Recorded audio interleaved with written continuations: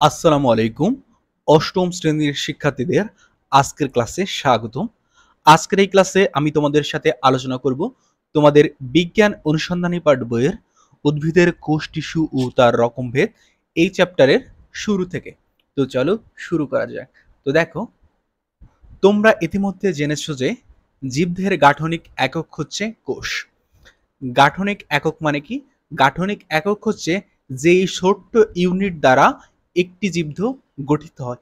যেমন তোমাদের বাসায় যে বিল্ডিং আছে, তোমাদের বাসায় না থাকুক, তোমরা তো অবশ্যই বিল্ডিং দেখেছো। এই বিল্ডিংটি অনেকগুলো ইট মিলে মিলে অনেক বড় একটি বিল্ডিং তৈরি হয়েছে। এই ক্ষেত্রে বিল্ডিং এর গাঠনিক একক হচ্ছে একটি ইট। একটি ইট দিয়েই বিল্ডিং গঠিত হয়। ঠিক একইভাবে এই জীবদেহের গাঠনিক একক হচ্ছে কোষ। সরল এককোষী উদ্ভিদ দেহ একটি কোষ দিয়ে গঠিত। এই শ্রেণীর উদ্ভিদে সব ধরনের শারীরবৃত্তীয় কাজ এই একটিমাত্র কোষেই সম্পন্ন হয়। এই সরল এককোষী উদ্ভিদ হচ্ছে এমন উদ্ভিদ যাদের দেহ একটিমাত্র কোষ দিয়ে গঠিত, মানে তাদের দেহে একটিমাত্র কোষই রয়েছে। আর যেহেতু তাদের দেহে একটিমাত্র কোষই রয়েছে, সেহেতু এই একটিমাত্র কোষ দিয়েই তাদের দেহের সমস্ত কাজ সম্পাদন হয়ে থাকে। কিন্তু জটিল বহুকোষী উদ্ভিদে জটিল বহুকোষী উদ্ভিদের গঠন ও শারীরবৃত্তীয় কাজ অনেক জটিল। সেগুলো উদ্ভিদকে তার বিভিন্ন অঙ্গের মাধ্যমে সম্পূর্ণ করতে হয়। বিভিন্ন অঙ্গের কাজও আলাদা, যেমন কোনো অঙ্গ পানি ও খনিজ উপাদান পরিবহন করে, কোনোটি উদ্ভিদের দৃঢ়তা প্রদান করে, আবার কোনোটি উদ্ভিদের বৃদ্ধি ঘটিয়ে থাকে। দেখো, এক্ষেত্রে সরল উদ্ভিদ কিন্তু সরল এককোষী উদ্ভিদ দেহে কিন্তু একটি কোষ দিয়ে সবকিছু সম্পন্ন হয়। কিন্তু এই জটিল বহুকোষী উদ্ভিদ দেহে যে এই জটিল বহুকোষী উদ্ভিদের যে গঠন এবং এদের যে শরীরবৃত্তীয় কাজ, এটা কিন্তু অনেক জটিল।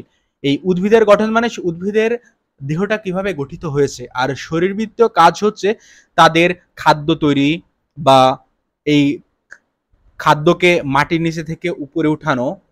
খাদ্য বলতে আমি এখানে পানি এবং খনিজ লবণকে বোঝাচ্ছি। এই পানি এবং খনিজ লবণ মাটির নিচে থেকে উপরে উঠানো এবং পাতায় খাবার তৈরি করা এবং পাতায় তৈরি খাবার উদ্ভিদের সারা দেহে ছড়িয়ে দেওয়া, এটাই হচ্ছে শারীরবৃত্তীয় কাজ। এটা কিন্তু অনেক জটিল। এটা হচ্ছে বহুকোষী উদ্ভিদ দেহে। আর এই শারীরবৃত্তীয় কাজগুলো উদ্ভিদ তার বিভিন্ন অঙ্গের মাধ্যমে সম্পূর্ণ করে। দেখো, এই এককোষী উদ্ভিদ দিয়েও কিন্তু একটি কোষ দিয়ে সমস্ত কাজ সম্পাদন করে, কিন্তু এই বহুকোষী উদ্ভিদ কিন্তু বিভিন্ন অঙ্গের মাধ্যমে সম্পন্ন করে এটা। বিভিন্ন অঙ্গের কাজও আলাদা, যেমন কোন অঙ্গ পানি ও খনিজ লবণ পরিবহন করে, কোনটি উদ্ভিদে দৃঢ়তা প্রদান করে। শিক্ষার্থীরা, দৃঢ়তা বলতে বোঝায় উদ্ভিদ যে শক্ত হয়ে দাঁড়িয়ে থাকে এটাকে। আবার কোনটি উদ্ভিদের বৃদ্ধি ঘটিয়ে থাকে, উদ্ভিদ যে ছোট থেকে বড় হয় এটা করে থাকে। এরপর দেখো, ভিন্ন ভিন্ন কাজের জন্য কোষের আকারও ভিন্ন। মানে এই যে ভিন্ন ভিন্ন কোষ যে ভিন্ন ভিন্ন কাজ করছে, এই ভিন্ন ভিন্ন কোষ দেখতে একই নয়, তারা দেখতে আলাদা। যেহেতু একটি কোষের পক্ষে এককভাবে সকল কাজ করা সম্ভব নয়, তাই অনেকগুলো কোষ একত্রিত হয়ে প্রয়োজনীয় শারীরবৃত্তিক কাজগুলো করে থাকে। যখন উদ্ভিদের কোনো একগুচ্ছ কোষ বা যখন উদ্ভিদের কোনো কোষগুচ্ছ সম্মিলিতভাবে প্রয়োজনীয় শারীরবৃত্তিক কাজ সম্পাদন করে, তাদের তখন তাদেরকে টিস্যু বলে। শিক্ষার্থীরা, টিস্যু কি? যখন উদ্ভিদের অনেকগুলো কোষ একসাথে হয়ে কোনো একটা নির্দিষ্ট কাজ করছে, তখন সেটাই টিস্যু।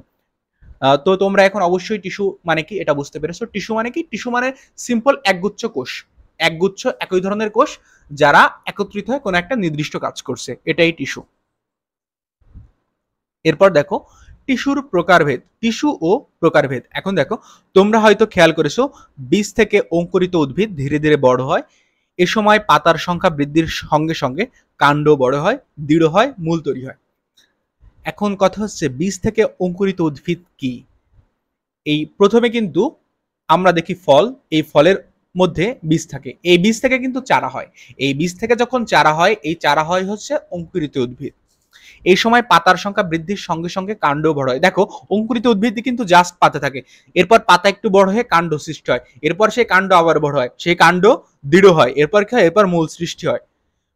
কোন ধরনের টিস্যু এই ধরনের কাজগুলো করে থাকে? তারা কি একই রকম নাকি আলাদা? আমরা এখন এই বিষয়গুলো নিয়ে একটু আলোচনা করব। তো দেখো, কোষ বিভাজনের ফলেই উদ্ভিদের বৃদ্ধি ঘটে, তাই টিস্যু গঠনকারী কোষের বিভাজন অনুযায়ী সব ধরনের টিস্যুকে ভাজক টিস্যু ও স্থায়ী টিস্যু এই দুই ভাগে ভাগ করা যায়। কি বলছে আবার একটু পড়ি। কোষ বিভাজনের ফলে উদ্ভিদের বৃদ্ধি ঘটে।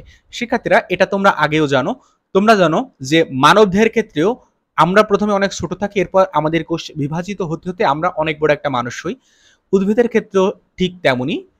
উদ্ভিদের কোষের বৃদ্ধি ঘটতে ঘটতে উদ্ভিদ ছোট থেকে অনেক বড় হয়। তাই টিস্যু গঠনকারী কোষের বিভাজন অনুযায়ী সব ধরনের টিস্যুকে ভাজক টিস্যু ও স্থায়ী টিস্যু এই দুটিতে ভাগ করা যায়। শিক্ষার্থীরা তোমরা জানো ভাজক কোষ এবং স্থায়ী কোষ দুই ধরনের কোষ রয়েছে।